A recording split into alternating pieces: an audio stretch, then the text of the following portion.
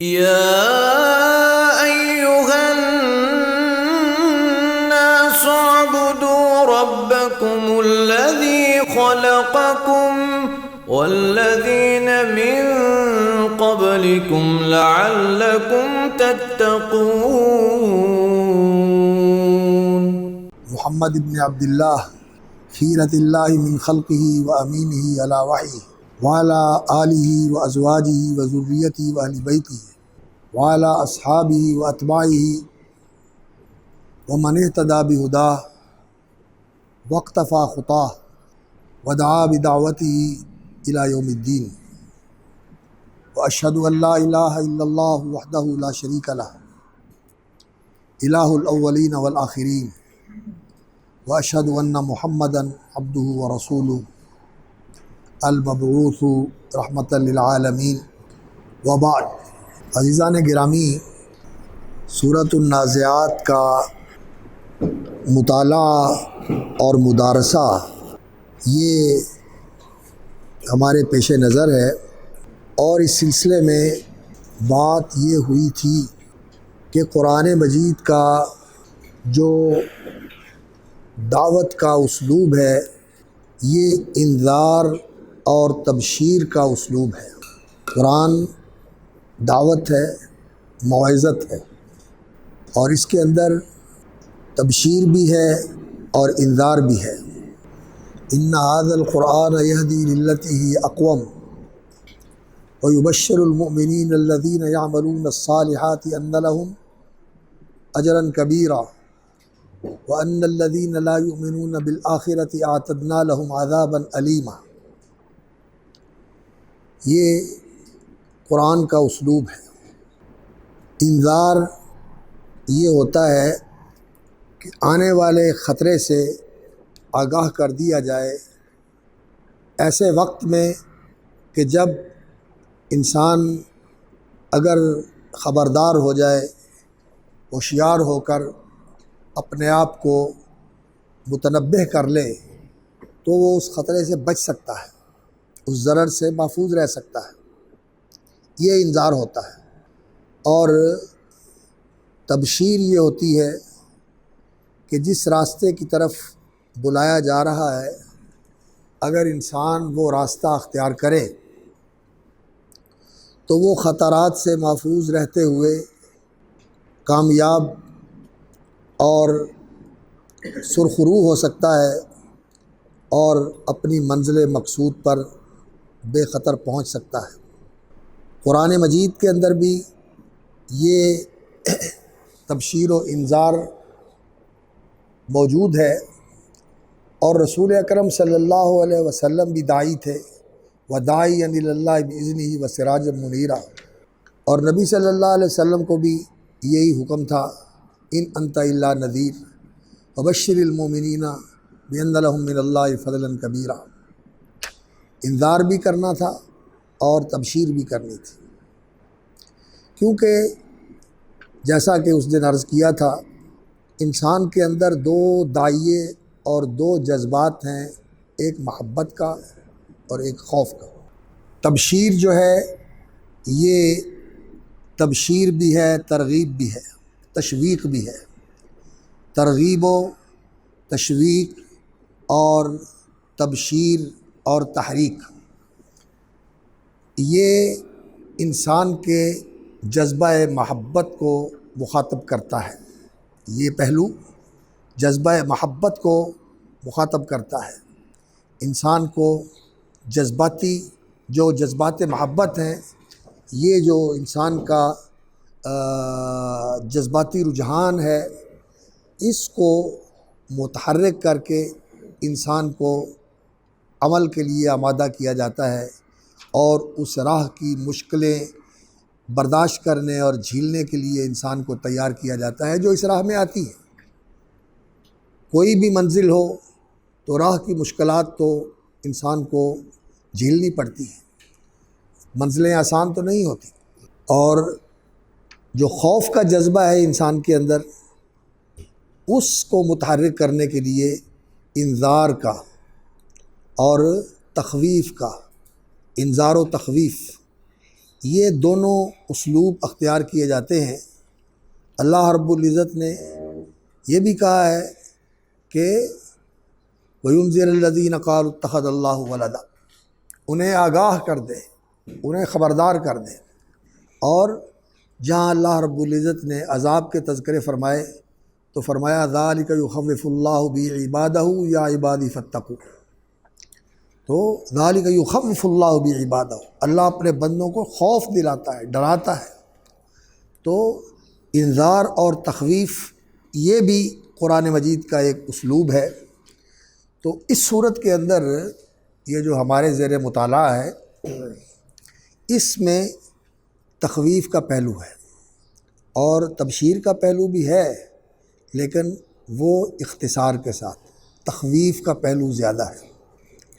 اور جیسے اشارہ کیا تھا کہ تخویف کے لیے جو انسانی تاریخ کے مشہور واقعات ہیں ان کو دہرا کر ان سے عبرت پذیری کا درس دیا گیا ہے۔ یہ کہا گیا ہے کہ اس سے عبرت پکڑو، دیکھو ان کے ساتھ ہوا ہے اور ان کا کردار تمہارے سامنے ہے، اگر تمہارا بھی کردار وہی ہو جو ان کا تھا تو پھر ویسا ہی انجام تمہارا بھی ہونے والا ہے جیسے ان کا ہو۔ یہ اعتبار، ان فی ذلک لعبرہ، تو اس میں اعتبار کی انسان کو تلقین کی گئی ہے، فاعتبروا یا اولی الابصار۔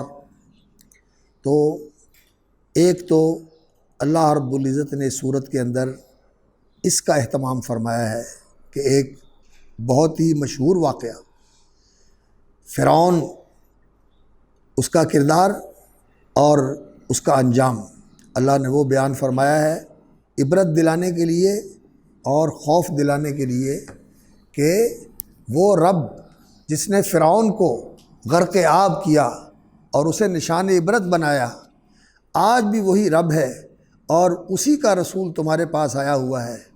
انا، کیسے ہے وہ آیت سورۃ المزمل کی، کما ارسلنا الی فرعون رسولا انا ارسلنا الیکم رسولا شاہدا علیکم کما ارسلنا الی فرعون رسولا فعصى فرعون الرسول فاخذناه اخذا وبیلا۔ تو انا ارسلنا الیکم رسولا شاہدا علیکم کما ارسلنا الی فرعون رسولا فعصى فرعون الرسول فاخذناه اخذا وبیلا۔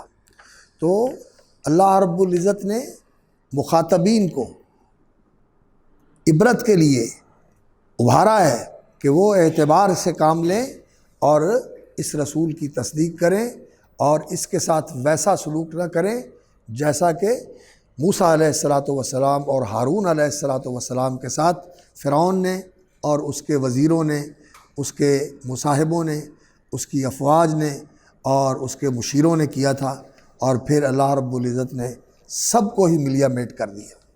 اور اس کے ساتھ ایک دوسرا پہلو ہے تخویف کا، اور وہ ہے ہر ایک انسان کا جو مآل ہے اس دنیا کے اندر، اور وہ ہے زندگی کے بعد مرنا، موت۔ یہ موت اگر انسان کو یاد ہو اور انسان اس کو ذہن میں رکھے اور پیش نگاہ رکھے تو انسان بہت ساری ظلم اور زیادتیوں سے رکا رہتا ہے۔ موت بھول جاتی ہے اور پھر انسان ظلم، ستم، زیادتی اور بغی و عدوان کا راستہ اختیار کرتا ہے اور اسے کوئی چیز نہیں روکتی۔ وہ کہتا ہے اب میرے پاس طاقت ہے، مجھے کون روکنے والا ہے اور مجھے کون پوچھنے والا ہے، اور وہ سمجھتا ہے کہ میں ایسے ہی کرتا رہوں گا، موت کو بھول جاتا ہے۔ تو اللہ رب العزت نے اس صورت کے اندر موت سے بھی ڈرایا ہے۔ موت سے کیسے ڈرایا ہے؟ اللہ رب العزت نے ان فرشتوں کا ذکر کیا جو انسان کے قبض روح کے اوپر مقرر ہوتے ہیں، جو قبض ارواح کا ذمہ اللہ رب العزت نے ان کو سونپا ہوا ہے، اور جن کی یہ ڈیوٹی اللہ رب العزت نے لگائی ہوئی ہے، اللہ رب العزت نے قسم کھائی اور ان کو بطور شاہد کے ذکر کیا، والنازعات غرقا والناشطات نشطا والسابحات سبحا فالسابقات سبقا فالمدبرات امرا۔ تو یہ موت جو ہے یہ ہر انسان کے پیچھے لگی ہوئی ہے اور ہر انسان نے اس کا لقمہ بننا ہے اور یہ پیالہ انسان نے پینا ہے۔ کل نفس ذائقۃ الموت، اور ان الموت الذی تفرون منہ فانہ ملاقیکم اینما تکونوا یدرککم الموت ولو کنتم فی بروج مشیدہ۔ یہ اللہ رب العزت نے قرآن مجید میں جگہ جگہ ذکر کیا ہے کہ انسان کو موت یاد دلائی جائے، موت یاد دلائی جائے۔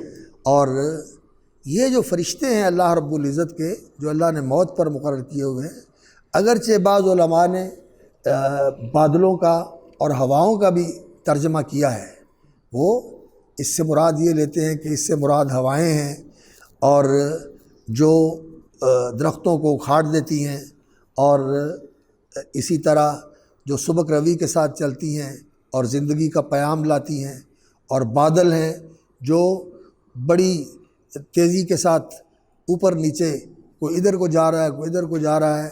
تو یہ انہوں نے کیا ہے اس کا ترجمہ، تو ٹھیک ہے یہ بھی ہو سکتا ہے، لیکن یہ ظاہری چیز ہے۔ اور سلف نے اکثر اس سے فرشتے مراد لیے ہیں کہ ہواؤں کے اوپر بھی فرشتے مقرر ہیں جو انہیں کنٹرول کرتے ہیں، اور بادلوں کے اوپر بھی فرشتے مقرر ہیں جو انہیں کنٹرول کرتے ہیں، اور اللہ اکبر پہاڑوں پر بھی اللہ نے فرشتے مقرر کیے ہوئے ہیں، انسانوں کی حفاظت پر بھی اللہ نے فرشتے مقرر کیے ہوئے ہیں، اور انسانوں کو پکڑنے کے لیے بھی اللہ رب العزت نے فرشتے رکھے ہوئے ہیں جو اس دنیا کے اندر ہر وقت موجود رہتے ہیں، اور وہ اس بات کے انتظار میں ہوتے ہیں کہ کب انہیں حکم ملے۔ اللہ رب العزت نے فرمایا آگے سورۃ العلق کے اندر، ان الانسان لیطغی ان رآہ استغنی ان الی ربک الرجعی ارأیت الذی ینہی عبدا اذا صلی کلا لئن لم ینتہی لنصفا بالناصیہ، کلا لئن لم ینتہی لنصفا بالناصیہ ناصیۃ کاذبۃ خاطئہ فلیدع نادیہ سندع الزبانیہ۔ اللہ اکبر، یہ زبانیہ یہ اللہ کی فورس ہے، یہ زبانیہ اللہ کی فورس ہے۔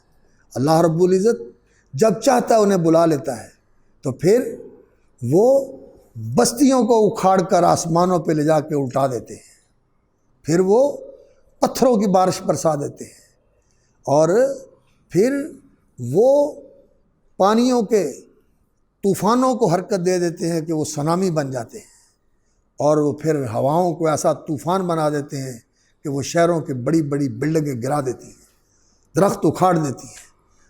ریح صرصر عاتیہ سخرها علیہم 7 لیال و8 ایام حسوما فطر القوم فیہا سرعا کانہم اعجاز نخل خاویہ، پٹخنیاں دے دے کہ اللہ رب العزت نے ان کو مار دیا۔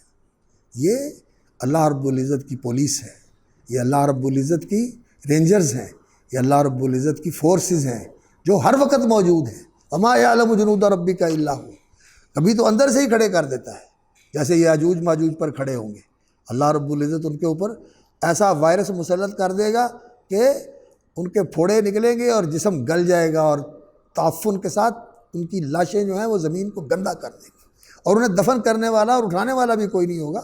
اللہ رب العزت بارش بھیجے گا اور وہ سارا ان کا گند جو ہے وہ سمیٹ کر سمندروں اور دریاؤں میں پھینک دے گا۔ تو اللہ رب العزت بڑی طاقت والا ہے۔ اللہ رب العزت نے فرشتوں کا ذکر کیا ہے اور موت کا ذکر کیا ہے، والنازعات غرقا، جو ڈوب کر انسان کی جان کھینچتے ہیں، والناشطات نشطا، جن کے بارے میں یہ حکم ہوتا ہے کہ اس کی جان سختی کے ساتھ کھینچنی ہے، اس کو بڑی تکلیف کے ساتھ اس کی جان کھینچی جاتی ہے۔ اور ہوتا کیا ہے، جیسا کہ حدیث میں آتا ہے کہ جان نکلنا نہیں چاہتی، جان چھپتی ہے۔ بدکار اور گناہ گار کی جان جو ہے وہ جسم کے اندر چپکتی ہے، چھپتی ہے، اور فرشتے پھر اس کو کھینچتے ہیں اور اس کو شدت کے ساتھ نزع کرتے ہیں، والنازعات غرقا، اور اس کی تکلیف ہوتی ہے، اور لیکن اس تکلیف کا کسی دیکھنے والے کو اور جو دوسرے لوگ ہیں انہیں اندازہ نہیں ہوتا کہ کتنی تکلیف ہوتی ہے۔ جان کنی جو ہے اس کا دکھ تو نیک لوگوں کو بھی ہوتا ہے۔ رسول اکرم صلی اللہ علیہ وسلم نے جب آپ صلی اللہ علیہ وسلم کے وصال کا وقت آیا تو آپ صلی اللہ علیہ وسلم کی زبان پر تھا اللہم اعنی علی سکرات الموت، اللہ موت کی سختیوں اور بے ہوشیوں پر میری مدد فرما۔ تو حضرت عائشہ صدیقہ رضی اللہ تعالی عنہ فرماتی ہیں کہ میں نے نبی صلی اللہ علیہ وسلم کا وقت آخری دیکھا ہے، اور جس کرب سے آپ صلی اللہ علیہ وسلم گزرے میں نے اس کا مشاہدہ کیا ہے ذاتی طور پر، اور اس کے بعد اگر کوئی بالکل آسانی سے فوت ہو جاتا ہے تو میں نے کبھی رشک نہیں کیا۔ اللہ کے رسول پر بھی سخت وقت آیا تھا، حالانکہ ان کے درجے بہت بلند تھے۔ اللہ اکبر۔ تو یہ اللہ رب العزت کے اپنے بندوں کے ساتھ معاملے ہوتے ہیں کہ اللہ رب العزت ان کو بہت اونچے مقامات اور بہت اونچے درجات پر پہنچانا چاہتے ہیں، تو اللہ رب العزت ان پر سختیاں بھیجتے ہیں۔ اشد الناس بلاء الانبیاء ثم الامثل فالامثل والناس والرجل یبتلی علی قدر دینہ ان کان فی دینہ شدہ اشتد بلاؤہ۔ اگر دین اس کا مضبوط ہے تو اس کا امتحان بھی کڑا اور مضبوط ہوتا ہے۔ تو اس لیے کسی بدگمانی میں مبتلا نہیں ہونا چاہیے، لیکن کافروں کے ساتھ معاملہ اور ہوتا ہے، بدکاروں کے ساتھ معاملہ اور ہوتا ہے، ان کو تو سزا دی جاتی ہے، ان کے لیے تو جان کنی جو ہے عذاب بن جاتی ہے۔ وہ احوال الآخرت کا ایک شعر ہے، میرا خیال ہے مجھے یاد آ رہا ہے، اڑیاں لاوے جند نہ نکلے دکھاں نال کڑھیوے، اڑیاں لاوے جند نہ نکلے دکھاں نال کڑھیوے، جویں ان گلی وچ سیخ لوئے دی تتی گھت کچیوے۔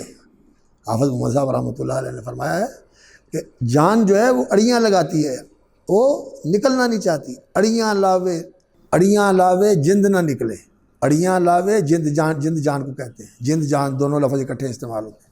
اڑیاں لاوے جند نہ نکلے دکھاں نال کڑھیوے، بڑی تکلیف اور بڑے دکھ کے ساتھ نکلتی ہے۔ جویں ان گلی وچ سیخ لوئے دی تتی گھت کچیوے کا صفود حدید، لوہے کی سیخ جو ہے جس کو انکڑے لگے ہوئے ہوں، اس کو گیلی اون کے اوپر سے ایسے کھینچا جائے تو جس طرح وہ اس کی تار تار کھینچ لیتی ہے، اس طرح اس کی جان کھینچی جاتی ہے۔ والنازعات غرقا، اللہ رب العزت نے اس کا ذکر فرمایا ہے۔ یہ تخویف ہے۔ اور پھر اس کے بعد وہ قوم فرعون کا ذکر، فرعون اور قوم فرعون کا ذکر فرمایا ہے کہ موسیٰ علیہ الصلوۃ والسلام کو اس نے جھٹلایا، فأخذہ اللہ نکال الآخرۃ والأولیٰ۔ اور اسی طرح پھر اللہ رب العزت نے اپنی قوت و قدرت کا اور اپنے عظمت و جلال کا ذکر فرمایا ہے کہ وہ خود کتنا قوی و عزیز ہے، غالب اور قادر و قہار ہے، کہ اس نے یہ آسمان و زمین بنائے ہیں، یہ ساری کائنات اس نے پیدا کی ہے، اس کی قوت کا کوئی اندازہ کر سکتا ہے؟ تو اس سے ڈرنا چاہیے، اس سے ڈرنا چاہیے۔ اور پھر قیامت، جو موت کے بعد قبر اور قبر کے بعد قیامت، قیامت کا ذکر اللہ رب العزت نے اس صورت کے اندر فرمایا ہے، جو اس پوری کائنات ارضی اور کائنات سماوی کے لیے موت کا وقت ہے، جب ہر چیز پر فنا طاری ہونے والا ہے۔ یہ جو کچھ نظر آ رہا ہے یہ سب کچھ فانی ہے، ختم ہونے والا ہے، اور بربادی اس کے اوپر آنے والی ہے۔ یہ فلکیات کا نظام، یہ آسمان، فتحت السماء فکانت ابوابا، اور یوم تبدل الارض غیر الارض، اور وَإِذَا الْأَرْضُ مُدَّتْ وَأَلْقَتْ مَا فِيهَا وَتَخَلَّتْ، اور اِذَا السَّمَاءُ انشَقَّتْ وَأَذِنَتْ لِرَبِّهَا وَحُقَّتْ۔ یہ جو تفسیر ساری آ رہی ہے آگے، یہ قیامت کا جو اللہ رب العزت نے منظر بیان فرمایا ہے، يَسْأَلُونَكَ عَنِ السَّاعَةِ أَيَّانَ مُرْسَاهَا فِيمَ أَنْتَ مِنْ ذِكْرَاهَا إِلَىٰ رَبِّكَ مُنْتَهَاهَا۔ یہ ابھی تو اس کو بڑا دور سمجھ رہے ہیں اور اس کے بارے میں بڑے الٹے سیدھے سوال کرتے ہیں کہ ایانہ مرساہا، کب برپا ہوگی وہ قیامت جس کا روز آپ تذکرہ کرتے ہیں، اور ہمارے کان پک گئے ہیں سنتے سنتے کہ قیامت قیامت قیامت قیامت کب آئے گی قیامت؟ لے آؤ نا وہ قیامت، آتی کیوں نہیں؟ بڑی جرت کے ساتھ یہ بات کہتے ہیں، لیکن اللہ اکبر، یوم یرونہ، جس دن وہ دیکھیں گے اس کے آثار کا ظہور ہوگا، کأن لم یلبثوا الا عشیۃ او ضحاہا، تو پھر یہ ساری زندگی اور زندگی کے اتنے عرصے اور اتنی صدیاں جو، بلکہ اتنے سینکڑے سال جو یہاں رہے ہیں، ہزاروں سال جو رہے ہیں، یہ ایسا ہی معلوم ہوگا کہ لم یلبسوا الا عشیۃ او ضحاہا، کہ ایک صبح یا ایک شام رہے ہیں، سب کچھ بھول جائے گا اور یہ سب کچھ درم برم ہو جائے گا، ہر چیز کا صفایا ہو جائے گا۔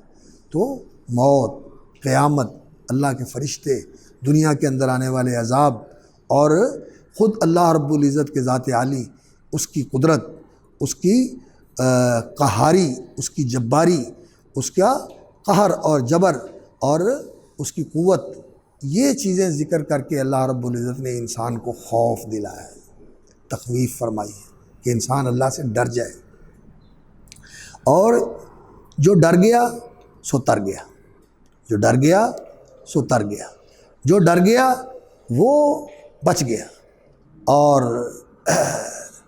جو بے خوف اور نڈر ہو گیا پھر وہ تباہ ہو جاتا ہے، وہ مر جاتا ہے، برباد ہو جاتا ہے۔ اللہ اکبر۔ تو جب انسان کے اندر خوف پیدا ہو جاتا ہے، موت کا خوف آ گیا، انسان نے توبہ کر لی، اللہ کی پکڑ کا خوف آ گیا، انسان نے اپنا رویہ بدل لیا، انسان کے دل میں قیامت کی فکر آ گئی، انسان توبہ تائب ہو گیا، انسان ان فرشتوں کی حیا کرے اور ان فرشتوں سے خوف زدہ رہے کہ یہی میری تباہی کا سبب نہ بن جائے۔ کبھی تو ہاتھ دے کے بچا بھی لیتے ہیں اور کبھی کھینچ کے گرا بھی دیتے ہیں۔ اللہ رب العزت نے یہ فرشتوں کو ایسا ہی بندے کے اوپر مقرر کیا ہوا ہے، یرسل علیکم حفظا حتی اذا جاءت رسلنا حتی اذا جاء احدکم الموت توفت رسلنا وهم لا يفرطون وهو القاہر فوق عبادی یرسل علیکم حفظا حتی اذا جاء احدکم الموت توفت رسلنا وهم لا يفرطون۔ اللہ اکبر۔ وہ بچاتے بھی ہیں، سنبھالتے بھی ہیں، اور انسان کو محسوس ہوتا ہے کہ کسی چیز نے مجھے یہاں سے موت کے منہ سے بچا لیا ہے، لیکن جب انہیں حکم ہوتا ہے تو پھر کھینچ کے لے آتے ہیں کہ انسان کا کوئی خواب و خیال بھی نہیں ہوتا، ایسے ہی اٹھتا ہے اور اپنی موت کی جگہ کی طرف چلا جاتا ہے، وہاں جا کے موت کی آغوش میں پہنچ جاتا ہے انسان، حالانکہ اس کے جانے کا کوئی تک نہیں ہوتا، لیکن اس کی موت اس کو کھینچ کے لے جاتی ہے، اس کی موت اس کو کھینچ کے لے جاتی ہے۔ اللہ اللہم احینا مسلمین وتوفنا مسلمین والحقنا بالصالحین۔ تو یہ خوف جو ہے، خوف اور خشیت، یہ دو جذبے ہیں۔ خوف یہ ضرر سے بچنے کے لیے جو انسان کے اندر داعیہ ہوتا ہے کہ انسان ضرر سے بچنا چاہتا ہے، نقصان سے بچنا چاہتا ہے، تکلیف سے بچنا چاہتا ہے، اس کو خوف کہا جاتا ہے۔ اور خشیت جو ہے کسی کی عظمت اور کسی کی بڑائی اور کبریائی کا استحضار اور استشعار انسان کو حاصل ہو، اور انسان اس کی وجہ سے دب جائے، اور اس کی وجہ سے انسان اس کی عظمت و جلال کا استحضار کر کے انسان اس بات سے ڈرے کہ میں اس کا سامنا کیسے کروں گا۔ تو یہ خوف اور خشیت دونوں لفظ صورت میں استعمال ہوئے ہیں۔ خوف بھی لفظ استعمال ہوا ہے، خاف مقام ربی، اما من خاف مقام ربی ونہى النفس عن الہوى، اور ان فی ذلک لعبرۃ لمن یخشی، ان فی ذلک لعبرۃ لمن یخشی۔ اور اللہ رب العزت نے قرآن مجید میں یہ دونوں لفظ استعمال کیے، فلا تخشوا الناس واخشونی۔ خشیت لوگوں کی نہیں ہونی چاہیے، اللہ کی ہونی چاہیے۔ فلا تخافوہم وخافونی ان کنتم مؤمنین، ان سے نہ ڈرو، مجھ سے ڈرو۔ خوف اور خشیت دونوں کا تعلق اللہ کے ساتھ، اللہ کا خوف بھی ہونا چاہیے اور اللہ کی خشیت بھی ہونی چاہیے۔ خشیت کے اندر تعظیم کا پہلو ہے اور خوف کے اندر پکڑ کا پہلو ہے کہ وہ پکڑ لیتا ہے۔ ان بطش ربک لشدید، تیرے رب کی پکڑ بڑی سنگین ہے، جب وہ پکڑتا ہے عزیز ذو انتقام، تو پھر وہ زبردست انتقام دینے والا ہے۔ پھر وہ دیکھ لو فانظروا کیف کان عاقبۃ الذین من قبل، جو پہلے لوگ ہیں ان کا کیا انجام ہوا، قوم نوح کے ساتھ کیا ہوا، قوم ہود کے ساتھ کیا ہوا، قوم سمود کے ساتھ کیا ہوا، قوم لوط کے ساتھ کیا ہوا، قوم شعیب کے ساتھ کیا ہوا۔ اللہ رب العزت نے یہ سارے واقعات بیان فرمائے ہیں۔ تو خوف اور خشیت یہ اس صورت کے اندر اس کا ذکر کیا گیا ہے۔ تو جب انسان کے اندر خوف اور خشیت کا جذبہ بیدار ہوتا ہے تو پھر انسان کے اندر کون سی چیز فعال بن جاتی ہے، متحرک ہو جاتی ہے، رونما ہو جاتی ہے، وہ ہے نہى النفس عن الہوى، نہى النفس عن الہوى۔ ہوائے نفس، خواہشات نفس اور منمانیاں اور جی چاہیاں، یہ پھر انسان چھوڑتا ہے، یہ چھوڑتا ہے اور کیا کرتا ہے؟ اللہ کی شریعت کا اتباع کرتا ہے، اللہ کے حکموں کو پورا کرتا ہے۔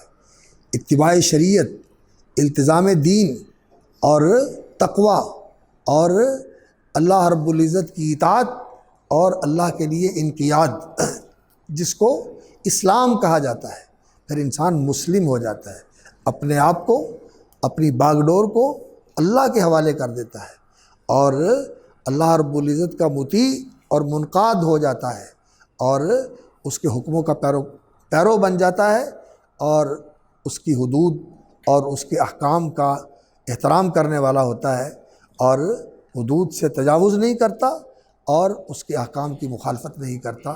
یہ انسان کی کیفیت ہوتی ہے، نہى النفس عن الهوى۔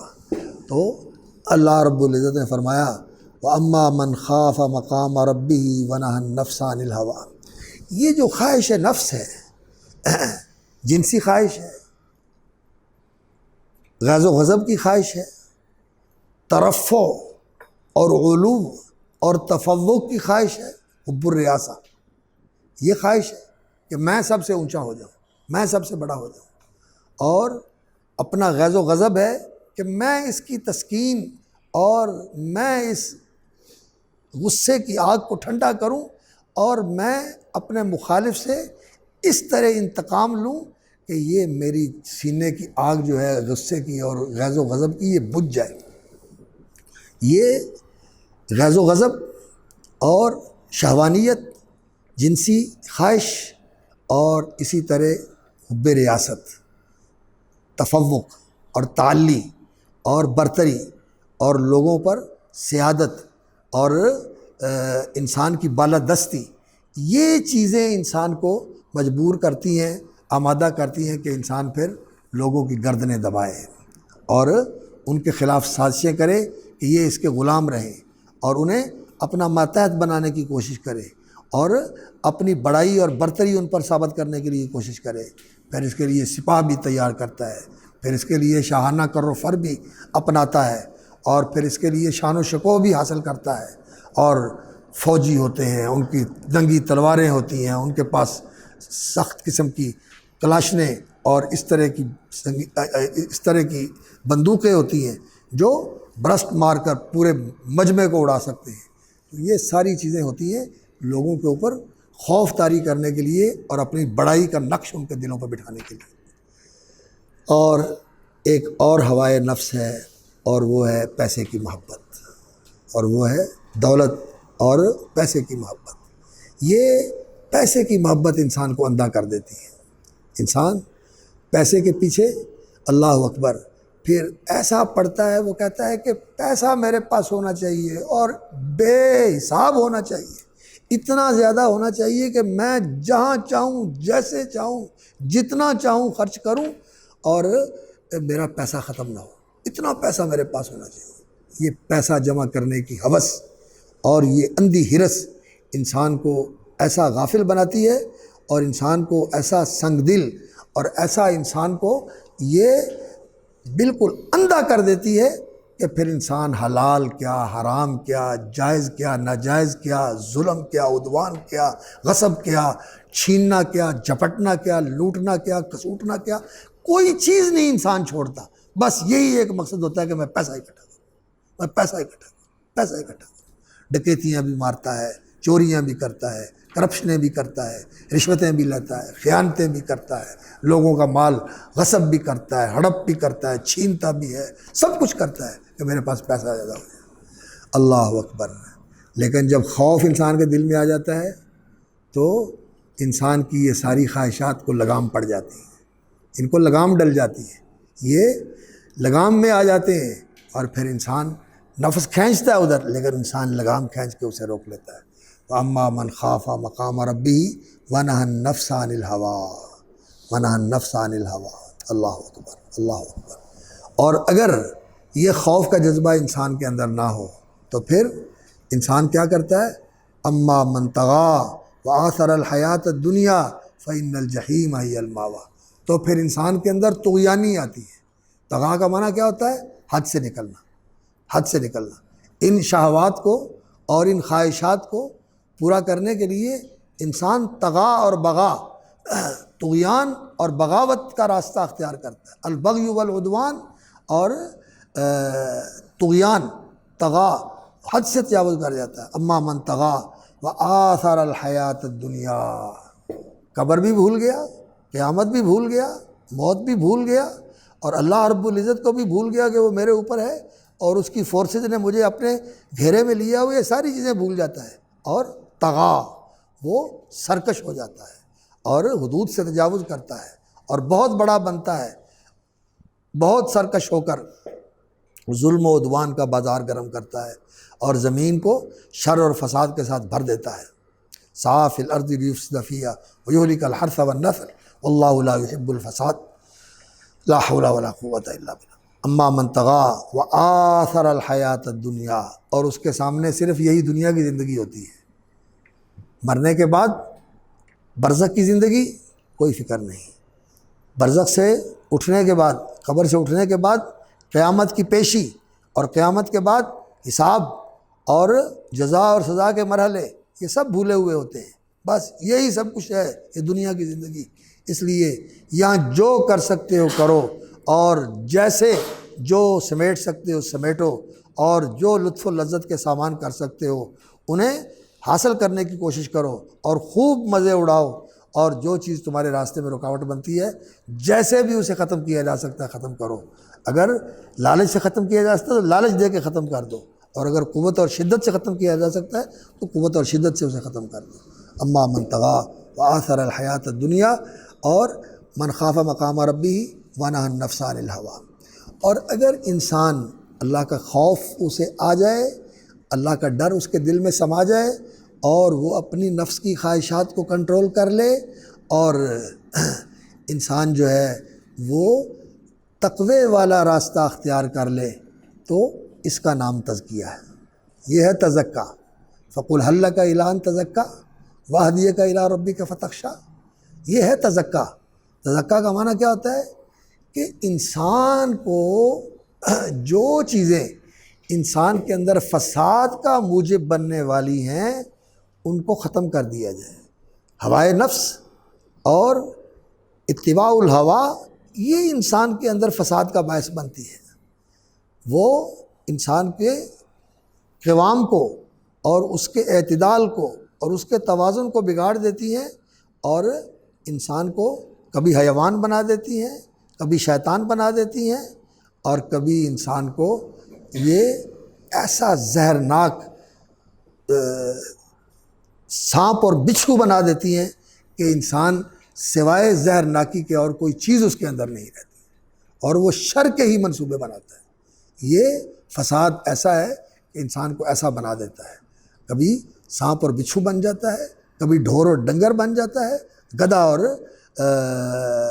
خنزیر بن جاتا ہے، ہرس کے اندر کتا اور خنزیر بن جاتا ہے، اور دنیا داری کے اندر گدھا اور خچر بن جاتا ہے، اور کبھی معاشرے کے اندر زہرناک سانپ اور بچھو بن جاتا ہے، اور کبھی پوری دنیا کے اندر شر کا پرچار کرنے والا اور شر کو فروغ دینے والا شیطان اور ابلیس بن جاتا ہے۔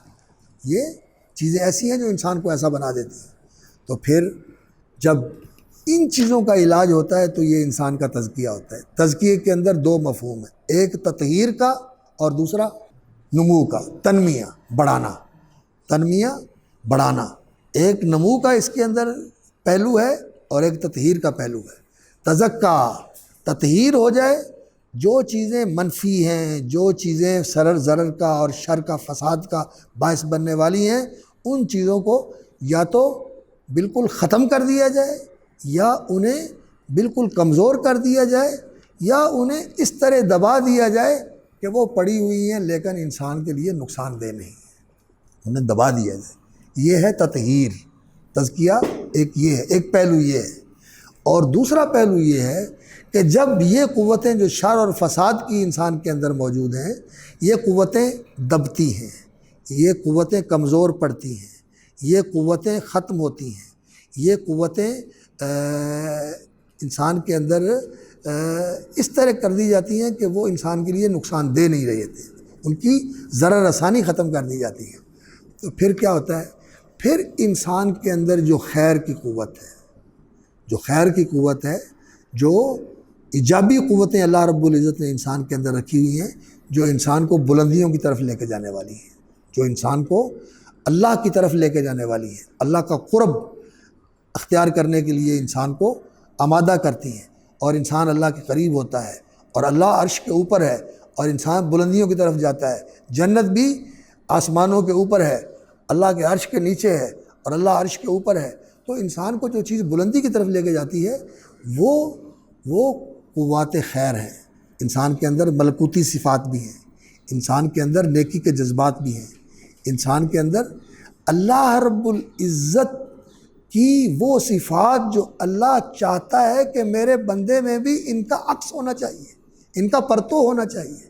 ان اللہ رحیم یحب الرحماء، ان اللہ کریم یحب الکرماء۔ اللہ کریم ہے، وہ چاہتا ہے کہ بندہ بھی کریم ہو۔ وہ ستیر ہے، وہ چاہتا ہے کہ بندہ بھی ستار ہو۔ وہ غفور ہے۔ الا تحبون ان یغفر اللہ لکم فلیعفوا ولیصفحوا، الا تحبون ان یغفر اللہ لکم۔ تو یہ جو اللہ رب العزت کی صفات ہیں، اللہ چاہتے ہیں کہ بندے کے اندر بھی ان کا عکس ہونا چاہیے، بندے کو بھی اپنی حیثیت کے مطابق ان میں سے کوئی وصف جو ہے وہ اپنے اندر پیدا کرنا چاہیے، جتنا انسان کی بساط اور انسان کے مقام کے شایان شان۔ اللہ رب العزت کا تو یہ وصف اس کے شایان شان ہے، جیسے سمع اور بصر ہے، اللہ کا بھی سمع اور بصر ہے، اور بندے کا بھی سمع اور بصر ہے، لیکن اس کی اپنی حیثیت ہے، اس کی اپنی حیثیت ہے۔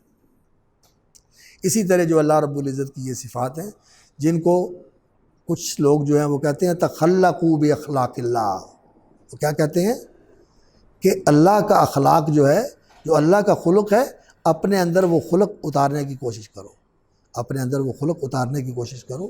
تو اس سلسلے میں شاید میں نے آپ کو پہلے بھی بتایا ہے، اب پھر میں آپ کو توجہ دلاتا ہوں۔ مولانا سید سلیمان ندوی رحمۃ اللہ علیہ نے جو کتاب لکھی ہے نا سیرت النبی، اس کا کچھ حصہ تو تاریخی ہے، کچھ حصہ اس کا تاریخی ہے۔ سیرت، سوانح اور نبی صلی اللہ علیہ وسلم کی زندگی کے واقعات انہوں نے بیان کیے ہیں، اور بہت اچھا ان کا انداز ہے۔ یہ تو پہلے دو حصے ہیں، پہلا اور دوسرا۔ پھر اس کے بعد انہوں نے اسلام کا مطالعہ کیا ہے، اور رسول اکرم صلی اللہ علیہ وسلم کے منصب نبوت اور آپ صلی اللہ علیہ وسلم کے نبوی خصائص، اس کے اوپر بڑی زبردست اور بڑی عالمانہ انہوں نے بحث فرمائی ہے۔ منصب نبوت کی ایک جلد ہے، اور پھر اس کے بعد دین اسلام ہے، ایمانیات اور اسلام، عبادات، اور پھر اخلاق، اور پھر معاملات۔ اخلاق اور عبادات اور ایمانیات، ان پر تو تفصیل کے ساتھ انہوں نے لکھا ہے، چوتھی، پانچویں، چھٹی جلد۔ لیکن ساتویں جلد جو معاملات کی ہے، وہ خاکہ انہوں نے اس کا تیار کیا تھا، لیکن وہ اسے مکمل نہیں کر سکے، بہرحال اس کا کچھ حصہ جو ہے جو انہوں نے لکھا تھا وہ شائع ہو گیا ہے، وہ بھی اچھا خاصا رہنما ہے۔ تو بہرحال دین جو ہے وہ عقیدے، عمل، عبادت، معاملات، اخلاق اور آداب، ان چیزوں کا نام ہے۔ تو جہاں اللہ رب العزت کی ذات پر ایمان کا ذکر آیا ہے اور اللہ کے اسماء و صفات کا ذکر آیا ہے، وہاں انہوں نے یہ بحث کی ہے کہ اللہ رب العزت کی جو صفات ہیں، ان صفات میں سے کچھ ایسی ہیں جو عظمت و جلال اور جمال و کمال کے اوپر دلالت کرتی ہیں۔ تو ان کا تقاضا یہ ہوتا ہے کہ اللہ رب العزت کے جمال و کمال کی وجہ سے انسان اللہ سے محبت کرے، اور اس کے عظمت و جلال کی وجہ سے اس کے سامنے تذلل اور خضوع اور خشوع اور عبودیت اختیار کرے انسان۔ اور جو اللہ رب العزت کی صفتیں اپنی مخلوق کے ساتھ کرم فرمائی کی ہیں اور مہربانی کی ہیں اور نوازشات کی ہیں، ان کا تقاضا یہ ہے کہ انسان ان کا بھی اپنے اندر عکس اتارنے کی کوشش کرے، اور اپنے آپ کو ان صفات کے ساتھ متصف کرے جیسا کہ انسان کا مقام ہے۔ تو یہ بڑی اچھی اور خوبصورت بحث ہے، پڑھنے والی ہے، اور ضرور اس کا مطالعہ کریں انشاءاللہ العزیز۔ یہ تربیتی لحاظ سے بھی بہت اچھی ہے، اور اصلاح اور تذکیر اور دعوت الی الاصلاح والاحسان اسلام کی دعوت اصلاح و احسان کی دعوت ہے، تو اس دعوت کے اعتبار سے بھی یہ بڑی اچھی بحث ہے، تو اس کا ضرور مطالعہ کریں۔ تو تزکیہ جب انسان کا ہو جاتا ہے تو پھر یہ انسان کامل انسان بن جاتا ہے۔ قد افلح من تزکا، اور حل کا اعلان تزکا وہدیہ کا الی ربک فتخشی، تو یہ اس صورت کا مقصود ہے، اور یہ ہے اس صورت کا مدعا کہ اس میں یہ سبق دیا گیا ہے۔ اور یہ جو کچھ عرض کیا ہے یہ تدبر کے حوالے سے، اور باقی جو بلاغی امور ہیں، جو نحو اور صرف کے مسائل ہیں، جو لغت کے مسائل ہیں، وہ اس کے علاوہ ہیں، تو قرآن کا مطالعہ تو اسی وسعت کے ساتھ کرنا چاہیے۔ قرآن کی عظمت اور اس کی گہرائی اور اس کا شمول اور اس کی گہرائی، یہ جو ہے وہ تو ایسا ہی تقاضا کرتی ہے کہ ان سارے پہلوؤں کو انسان لے، لیکن یہ تو ساری زندگی کا عمل ہے، اور ساری زندگی جاری رہنے والا عمل ہے، تو اسے جاری رکھیں، اور اسی منہج کے اوپر قرآن مجید کا تدبر اور قرآن مجید پر تفکر اور تذکر یہ انسان کو کرتے رہنا چاہیے۔ اور باقی اگلی صورت پر انشاءاللہ العزیز پھر اگلی مجلس میں بات کریں گے، جو اس کی جڑواں صورت ہے، اور اس پر تھوڑی سی تفصیلی گفتگو ہوگی انشاءاللہ العزیز، پھر آگے جو ہے نا اشارہ کر کے ہم اس کو تقریباً سمیٹنے کی کوشش کرتے ہیں۔